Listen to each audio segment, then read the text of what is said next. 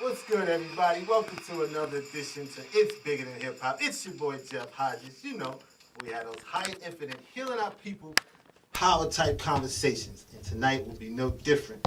You know, I'm excited about tonight's segment as we enter into a little realm of talking about some relationships. And who better to do it than the author who has 25 years experience in being in one.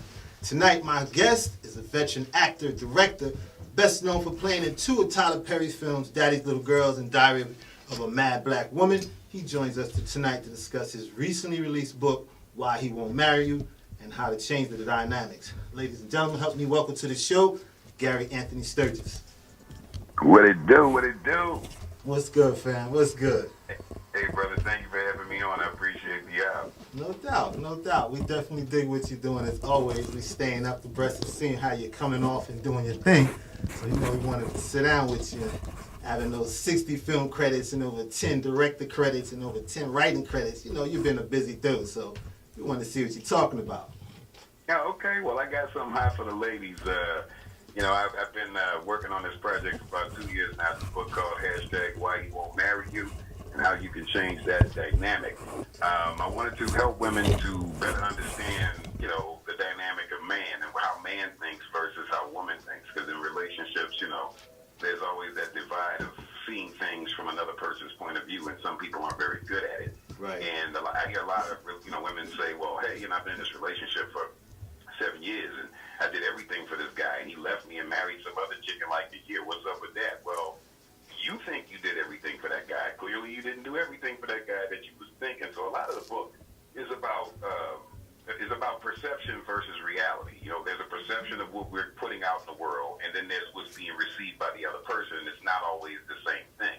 So I think there's a disconnect, and that's one of the reasons why I chose to write a book about it, because I wanted women to understand how men are seeing the same scenarios when they're making a decision to get married. Mm.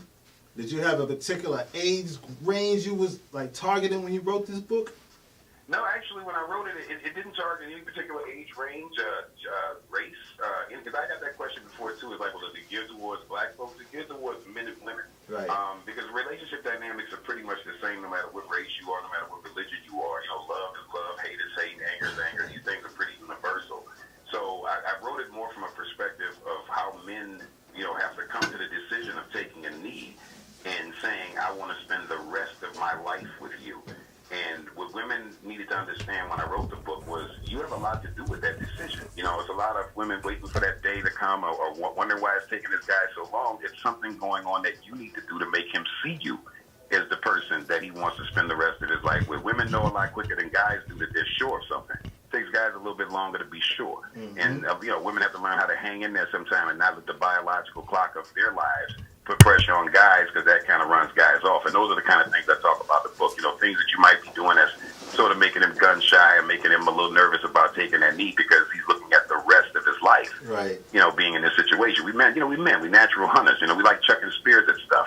And you're basically saying, I'm going to chuck my spear at you and never chuck my spear again. It's like eating steak every day, all day, 3 times a day, 7 days a week. Steak is wonderful. Right. But I think everybody would like to have, you know, some filet mignon. I mean, filet mignon one day and then turn around and have some chicken the next day, some jambalaya, maybe some red beans and rice, but I still want my steak. Indeed. And that's kind of the way men see these long-term relationships, and women see it a lot different. And that's what I talk about in the book, you know, things about how we got here, because it goes really far back as childhood because of the way we're raised. And that's one of the biggest parts of the book that people have been stuck to, is the first chapter about how basically girls are raised with baby dolls and learn life skills all the way up to Barbie, where they got this Barbie doll that teaches them, hey, I could have a dream home and a dope man, you have a kin and a car and all these things.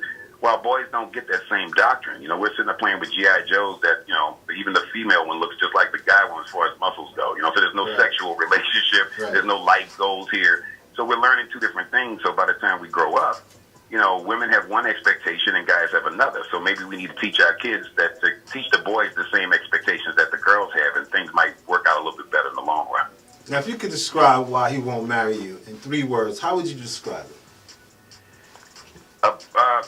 Self-reflection, a book of self-reflection. I can't use 3. I'd have to use a couple. Okay. It would be a book of self-reflection, because what the book is about more than anything is taking a look at yourself and asking yourself what you can do to better the situation, because it's always a finger-pointing thing in relationships. You know, we all have to be accountable for our own behavior, not somebody else's.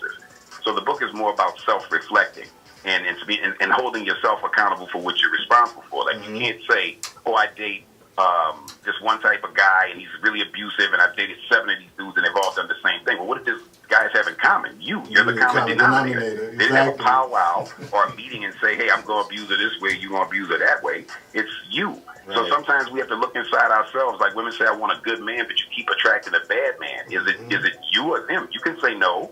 You have the right to say, no, that's not me, I'm going to pass on that. But you take this bad man and try to mold him into Superman, and that's not who he's meant to be. And sometimes women just have to accept that, some relationships are just going to be experiences and some relationships are going to be for a lifetime. Every dude you date is not going to be your husband. Exactly. Now, I love social media. It gives you the opportunity to reach so many people from so many different dynamics and perspectives. I put out there letting them know that you're going to be on the show. And I put the question, what exactly is husband and wifey material? So in your book, do you talk about, the perspective of what one can look for when searching for that mate? Yeah, actually, I talk about that quite a bit, and it goes just to what I was saying a minute ago. You have to know what it is that you're looking for, and you have to be realistic about your expectations. Everybody wants to say, I want to be swept off my feet, I want to be treated like a queen, but are you a queen? You know what I'm saying? Just because it sounds good don't mean that's what you're doing. In the kingdom, there's only one king and one queen. Everybody else is servants. Everybody can't be a king or a queen. So, we have to be realistic. I remember one time, Boris Kojo once said, women need to take a minute and write down the 5 things that are most important to them in a man. What are the 5 qualities that you're looking for in a man? Once you write those 5 qualities down, take a look in the mirror and ask yourself, what is it about you as a woman that deserves such a man? Exactly. Because I promise you, when they write these qualities down, they're writing qualities down about a fantasy human being, not a person that's real. We're all fallible people. We all make mistakes. We all have, ups and downs. We're human beings, and nobody's perfect. But everybody's searching for this perfect mate, and when you don't find it in a man, suddenly you're mad at the man for failing in your expectations. Now, you mentioned a moment ago about disconnect. There's so much of a disconnect when it comes to relationships and people seeking that mate. And like you just said, if you were to describe the things you want and then in comparison see if you matched, it wouldn't happen. And the reality is something when it comes to marriage, a lot of women, from the perspective, like you said, because of our upbringing, they leave out the reality and they come in with the fantasy. And then when hard times and it gets real, then now they look at the man that they were differently. What advice do you give women in terms of that? It's funny you mention that, because those are things I talk about in the book. It's like you have to be very realistic in expectations. Men are not projects. They're not children. You can't rebuild them. You can't remake them. You can't turn them into what you want to turn them into. You have to accept people for what they are and ask yourself, can I tolerate that? Because just as much as a relationship is about love, if you've been married, anybody that's listening to this that's been married for any period of time, you start to understand that it's not just love, it's also tolerance. You have to learn how to tolerate people's habits. You have to learn how to tolerate people's attitudes, people's bad days. It's not just about love. And when you listen to the vows of marriage, everything has a caveat, in sickness and in health, richer or poorer. So it tells you in the vows that there's a possibility that things are not going to always be perfect. And like you said, in the modern society that we live in, where everybody, communicates through text instead of talking, it's very easy for people to give up. If things aren't going the way that they want them to go, they're quick to give up. If you want to be married, the first thing you'll learn about marriage is it's a fight. And you got to constantly fight to stay married. Getting married is the beginning. Right. Once you're married, it becomes the challenge of staying married, because I promise you, things are going to get in the way. People are going to die that's important to you, like your mother or father, right, a brother or sister. That's going to change how you feel about life. You may lose that dope job that you had when you first got married. That's going to change how you feel about it, especially for a man. Women have to understand, a man is a lot of a man is built upon what he does. You know what I'm saying? It's like, the men take pride in what they do. Right. So the minute that's taken away from them, that man's mood, that man's attitude changes. And now, can you deal with that man when you see him at his lowest point? See, a lot of people in modern times just want the fantasy wedding. They want the fantasy Kim Kardashian, oh, it was beautiful, we had white horses and all that, and we lived happily ever after. But happily ever after is a daily job. Daily. And people get into this and think, oh, I'm married, things are going to just work out because I'm married. Remember this above all else. Marriage is a legal contract. You're basically making an agreement to spend the rest of your life with somebody, share expenses, medical bills, all of these types of things for the rest of your life. It's a legal contract. Now, when we do it, it's all under God. But when we get divorced, it's all under lawyers. You don't hear God's name at all in the divorce ceremony. Now, we was all, this whole process, was all under God, but all of a sudden, when the divorce comes, it's all lawyers. So people got to understand it's a business arrangement. So Right. you have to find a mate that you can tolerate and love. It's not just about love, because love is a fickle thing. Love, you can love somebody today and hate them tomorrow. It's a very thin line.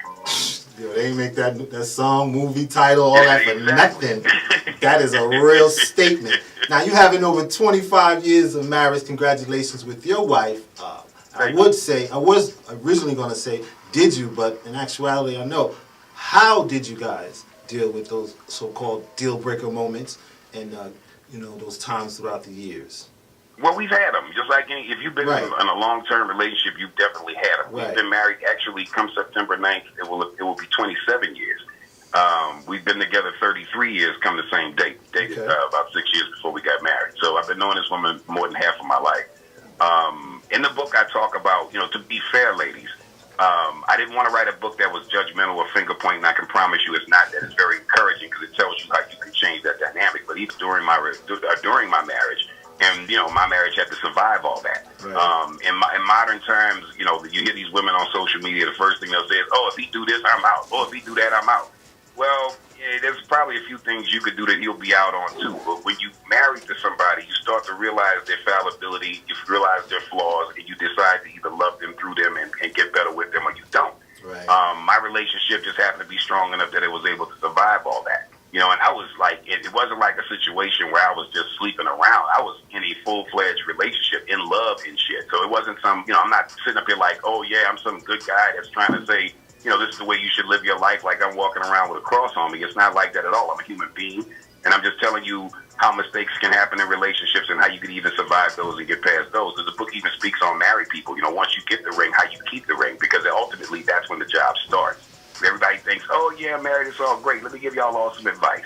Do not, I repeat, do not have some expensive wedding to impress a bunch of people that really don't care if you're married anyway, because 2 years later, 3 years later, when you're talking divorce, you're still going to be paying for the wedding. Indeed. Me and my wife got married twice. We got married in Vegas, which cost me about $125. Then my friends gave me a surprise wedding for my first anniversary, and we jumped the room like African people. So I got married twice for $125, and I'm still married. So, y'all can spend them thousands of dollars to impress everybody if you want. Ultimately, it's not about them. It's about you two. It's about your union, your starting, your building a life together. Not about the people who you've built lives with that got you here. And sometimes we go out of our way to impress everybody else, and we end up with a bill that we're still paying for after the divorce, which is totally ridiculous to me. So be sure, ladies, if you want to be married, be sure that's what you want. And for the fellas out there, be sure that's what you want, because it's a commitment. And it's a commitment that comes with no check, no thanks. You know what I'm saying? It's just one of the things you got to decide you're going to do it or you're not. And I think in modern times, we have so many people that give up so fast when things don't work out, when the job is lost or when a person's mood changes.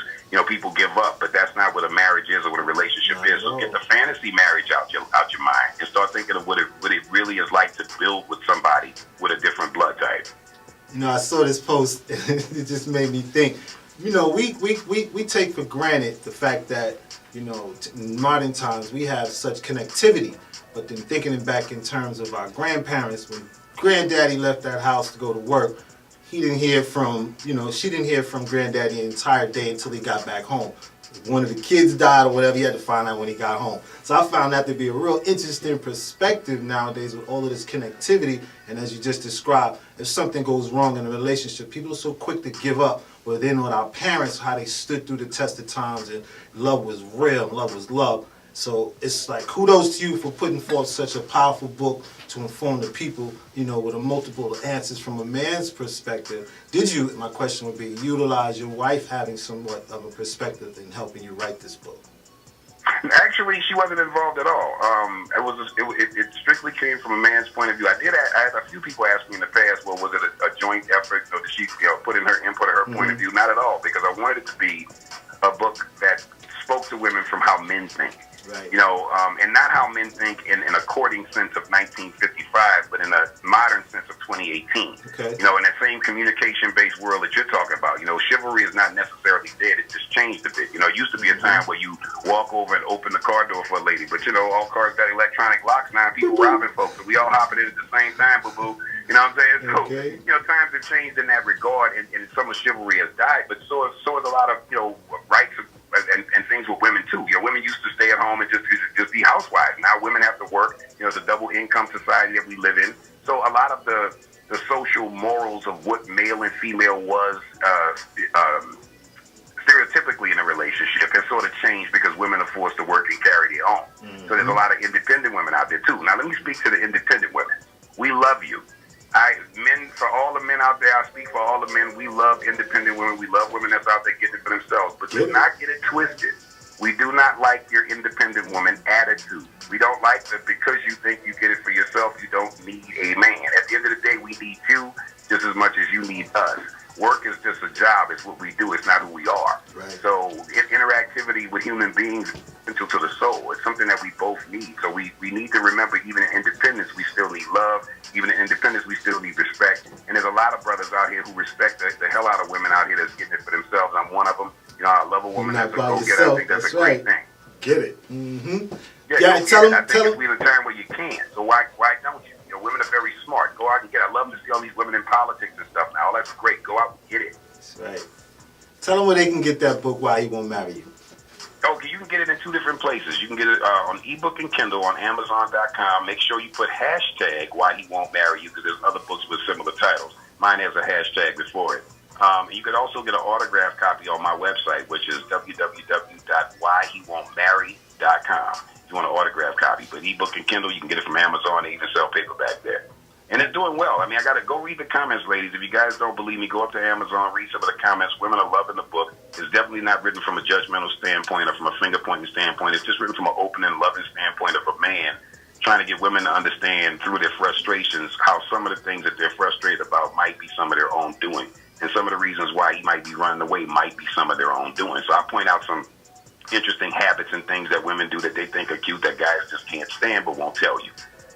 Tell them real quick why, from a man's perspective, this advice is something they definitely want to take heed to. Well, from a man's perspective, you want to take heed because ultimately you want to spend the rest of your life with a man. So wouldn't it behoove you to try to understand how a man thinks? Because we don't think like you. I tell women all the time, guys don't think like you. If you would ever thought you run up on saying, oh, you probably did this, he probably did something, but it wasn't that. Because we don't think like you. So it's like, I'm trying to help you to understand how we think so that you could have a better relationship with us. Because we totally get how you think. Like, I'll give you an example. A woman will tell you everything that you've done wrong to her, pinpointed down to the time, exactly what it was, what you was wearing when you did it. All the dudes in the station are shaking their head. All the dudes in the station are shaking their head. What'd you say? I said all the dudes are shaking their head when you just said that. Right. Well, yeah, of course, but it's the truth. But check this out. In reverse, if you tell a woman, oh, I got this problem with you or that problem with you, she's going to generalize her problems and say, well, look, I know I got issues. Oh, no, let's pinpoint your issues. Let's talk about it. Due to your issues, what you just did to my issues. Because I can say I got issues and you will pinpoint what every one of those things are.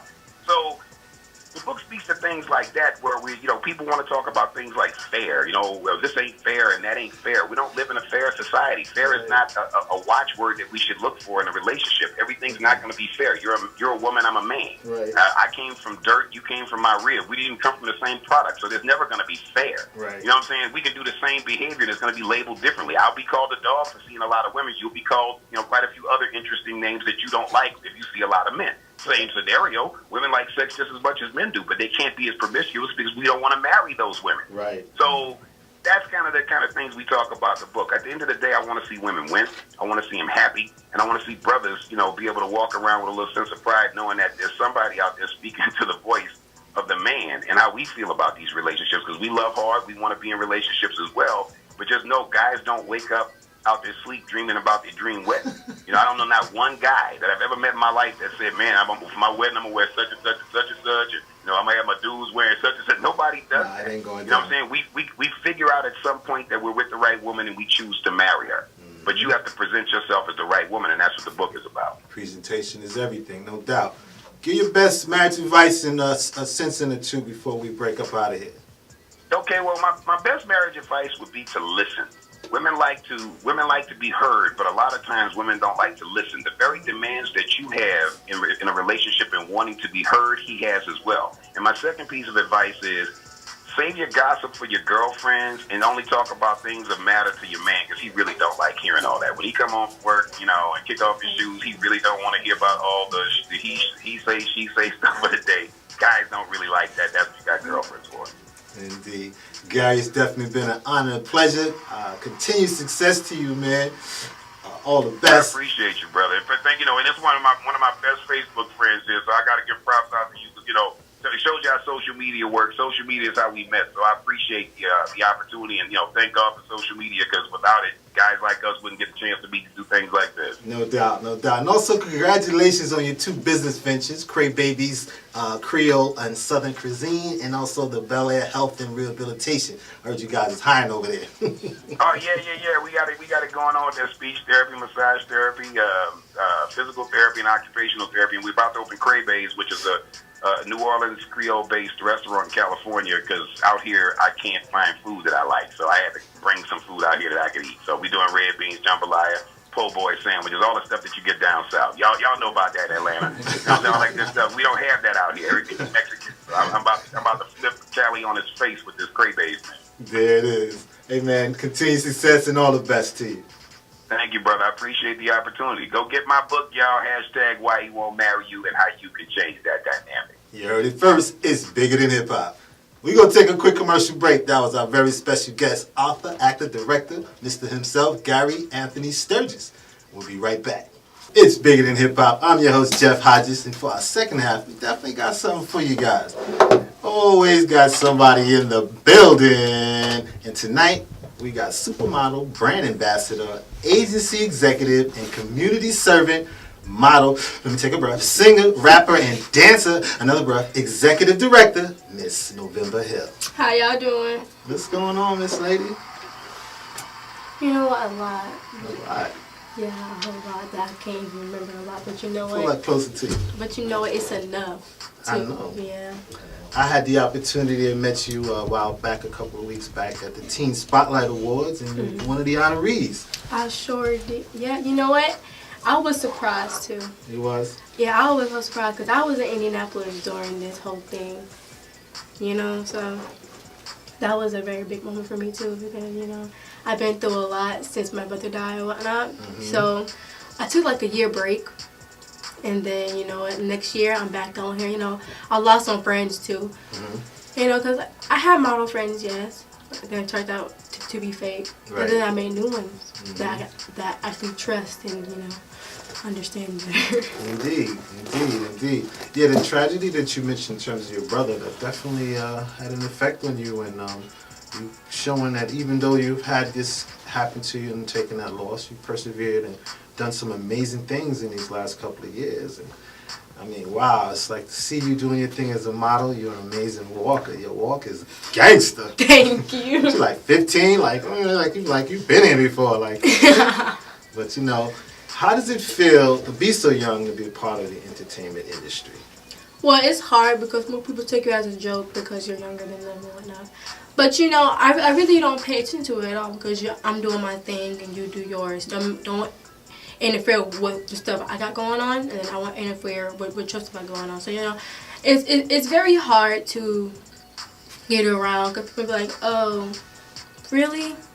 I'd be like, yeah, really. You're like, So it's hard to do it at a young age, but at the same time, you don't worry about what people think of you. Just do it.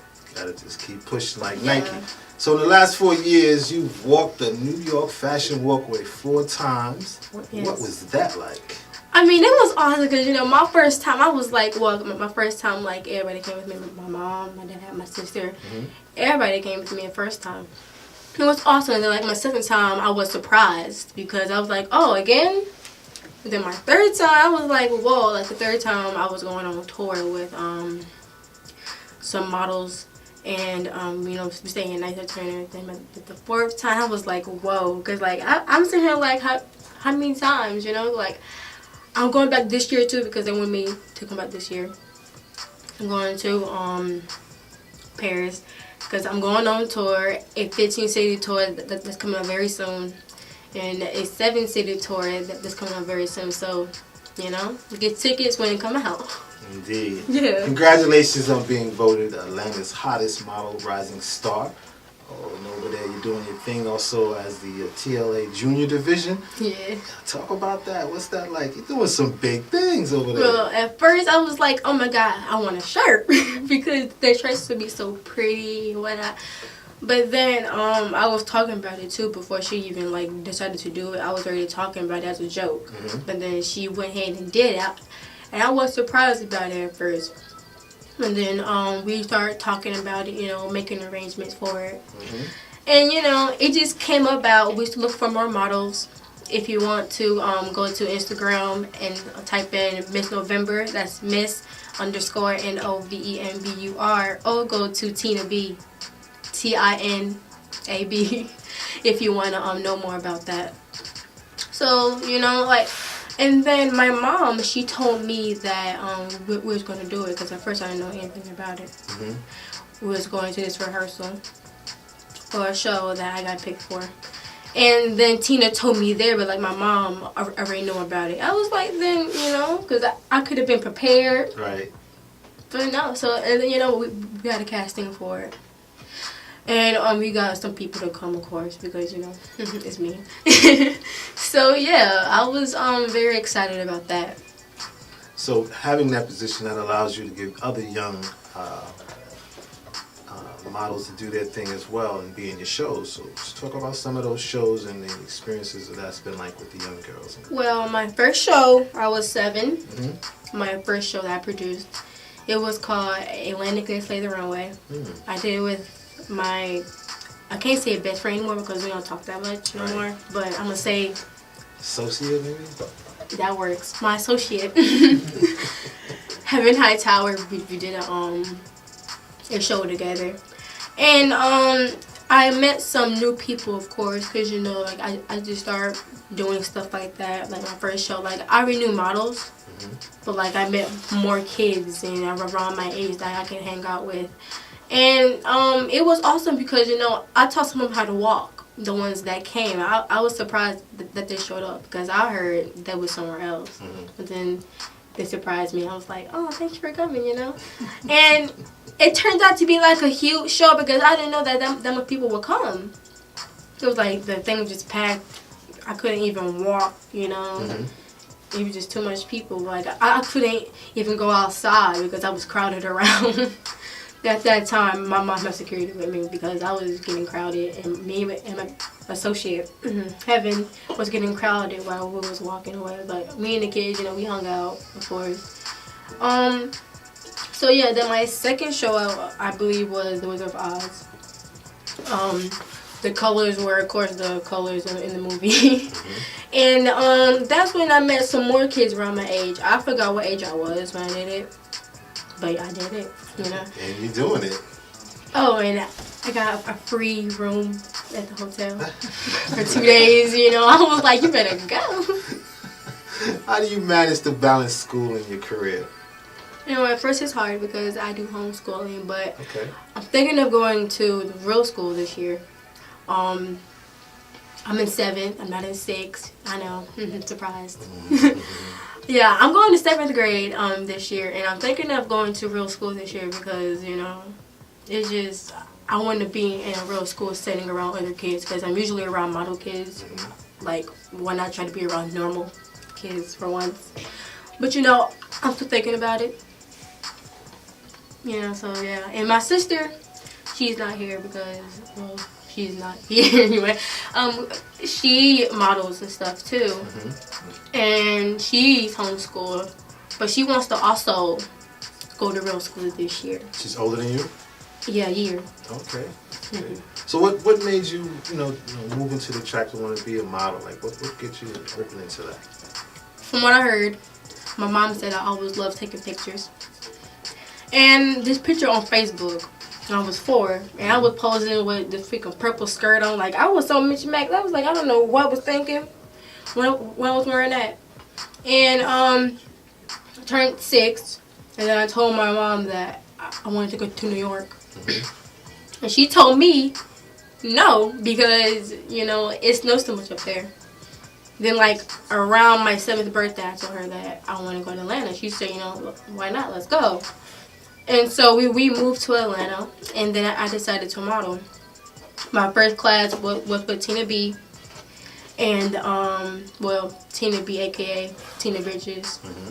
And, from there, I just started doing it more. She taught me most of my turns, my stance and everything. But then when I got older, I changed it a little bit because, like, they're doing the one foot in front of the other. That's so boring. So boring. Yeah, so you know what? Go to the side and whatnot. So, yeah, that's how that pretty much happened. Okay. You're listening to It's Bigger Than Hip Hop with my very special guest, Miss. I have so many titles, it's running me out of breath. The name, Novembur Hill. We're going to take a quick commercial break and we'll be right back. Bigger Than Hip Hop, I'm your boy Jeff Hodges. In the building with me, supermodel, brand ambassador, agency executive, 15-year-old, right? No. How old are you? I'm 11. 11? Whoa, y'all hear that? 11 years old, Miss Novembur Hill. You doing all of that at 11? Come on, y'all. Y'all better get up out there talking about you can't get nothing done. She's getting a lot done at 11. So what made you want... What better yet, what motivates you and keeps you reaching for your goals? I mean... Well, for one, my brother, of course, because he always wanted me to model. But two, my mom. Because, she pushes me. Sometimes I don't like it, of course, but...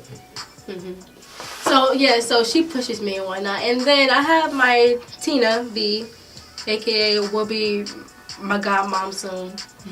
She pushes me too because she's a model teacher. And we always in shows together. So each time I walk, she stares at me. I'd be like, she stares like that, just stares at me. I'd be like, I'm scared. She'd be like, you know, right? Yeah, I'm saying like, okay, I got this. Jeez. So she pushed me a lot, like way more than my mom. Like she, way past the limit. But I gotta deal with it. My sister Danielle, she raps more than she does model, but she pushes me too. She'd be like, "Oh, you can't do that." I'd be like, "Well, why not?" She said, "Cause you can't." So she pushes me too. My brother, he's in Indy. And I better not say his name because I can't say his name. But he pushes me too. And then my brother Michael, who's also in Indy, in his by Flamelani. They push me a lot. And you know what? Like they also have comments on what I wear. They're like, "No, don't wear that. You can't wear that. You can't wear that." I'm like, you all the way down there, like, how you know what I'm wearing? Unless I post it on Instagram, So a lot of people push me into Mario. That's over there with the hat. I see you recording me. So yeah. That's what's up. So who is your favorite model? Naomi Campbell. Okay, and why? Well, no, her walk is fierce. She's a hard person. She pushes people too as well on So you know what? She's fierce, of course. And then Tyra Banks, she's pretty good too. So they all have fierce walks and they've been doing it for a long time, so they know what they're doing. And they're good people to look up to because I learned how to walk as well with Naomi. Because I looked at her videos and, I started doing some. And so Tyra Banks, same thing, So I learned from a lot of people, but like them too, like my top favorite models because they really work hard and they did a lot to, be up here at the top and whatnot, so. Now, I know that you do find time to give back. Why is that so important to you? But to be honest, I always gave back since I was a little girl. I was in Indy because I'm from Indianapolis, Indiana. From downtown? What? I used to live in downtown. I mean, out there picking corn. But go ahead, we'll talk about that. So, since I was little, we always did it. My mom, and her friends, we always went to downtown. I forgot what age I was, like, the first time I did it. But, we go downtown in, like, the same area, like, each weekend to go back to the homeless. Because, to be honest, I don't know why I do it. It's just a habit that I like to do to get back to people because you know what, they lost something that they could have kept, you know, because like things get taken away out of nowhere. You get evicted, you can get, you know, because all stuff can happen out of nowhere. But you know, we give back to you, so you have to be hungry, walk around with no shoes on and all that. So that's why I do it. Kudos to you. Great to know that there's someone such as yourself, so young, that has that compassion for people. That's excellent. What advice would you give to any young women wanting to follow in your footsteps? Well, for one, don't listen to no one. Because people going to hate on you, of course, because I have haters already. I'm like surprised. I'm not surprised, but you know. So people going to hate on you, of course. They're going to say, you can't do this or you can't do that, but listen to them because I got hated on when I started doing this at first. People think, oh, she better than me. And I'm like, if you think that, okay, I can be. But follow your dreams. Don't let anyone tell you you can't do which one to do. Because I knew this little girl and she wanted to be a singer. And these people came around her and said that she couldn't do it. So she stopped thinking about it, you know, like she was crying and everything. But then, her name is Stormy. So then I came and, because, you know, she was little. She was like way younger than me. She was like 5. And I was like, girl, you can do this. And now she's an actor, a model, a singer, a dancer, you know. She does a lot now, ever since I give her a pep talk. That's what's yeah, up. so. That's what's up. Now, who's inspired you and why? My godmom. Her name is Raina Muse. She does a lot of pictures. She's more like a photogenic person. But she models too because she took me on my first photo shoot when I was little. But one day I saw her modeling in her mirror, like a huge mirror. I love mirrors because of that huge mirror. And she was walking, and then I started to do it in a hallway at her house. And ever since then, I had a passion to do it. So. Okay. Now, who have you worked with in the past and that you would love to work with again? No one. No one? There's no one you've worked with that you want to do it again with? No shows you've been to and you saw that, you know? No, just... They're all fake. They're all fake? You come across a lot of fake things in this industry? Mm-hmm. Yeah. But you just got to keep your head up, though. Stay positive and focus on your goals. Yep. I can't name names because I'm not petty. So. Exactly. There's no need. I'm not petty, so I can't do that. So do you have any up-and-coming shows that we can anticipate? Like, yes, I have a show. Well, I don't know. It's in Indianapolis, though. It's yeah, let's talk about this Indianapolis thing. You from Naptown? Naptown, yeah. Brightwood. Word. Yeah. Indianapolis is a young man. And then, like I said, they have me picking corn. I didn't like that too well out there. Picking corn? Yeah, I worked in the cornfields. Oh, right. Yeah, that was a lifetime ago. So after, you know, dealing with the tragedy of your brother, and that has definitely been propelling you to continually pursue and push for your goals and reach things on your bucket list. What else do you got that you want to achieve at such a young age? What else you reaching for? Already, let's see. I want a dance studio because I love to dance. Like, I dance a lot. Like, a lot of people don't know that I dance, but I dance a lot, you know? So yeah, I want a dance studio. I also want my own record deal company because my sister, she raps, of course. And when I see talent, I gotta take it because, you know, I do a lot of shows, and when I see people singing or rapping, they're good. Come to me and no one else because I claimed you first. So yeah, I want a record company. And my niece, her name's Queen. She's 3. It should be 4 on Monday. And she likes to dance too. She's doing gymnastics now. And she's going to have her own dance company too. My mom's building one for her with my godmom Tina. Okay. And it's gonna love to do the step dances and the split. I was like, I didn't even know how to do a split when I was 3. You know, I was doing a little, well, kind of a cartwheel, nothing else. So. Okay. Let them know where they can follow you at and all that good stuff. You can follow me on Instagram as Miss November. That's MISS_NOVEMBUR. On Facebook, Novembur Hill. That's NOVEMBURHILL. Twitter, Novembur Hill.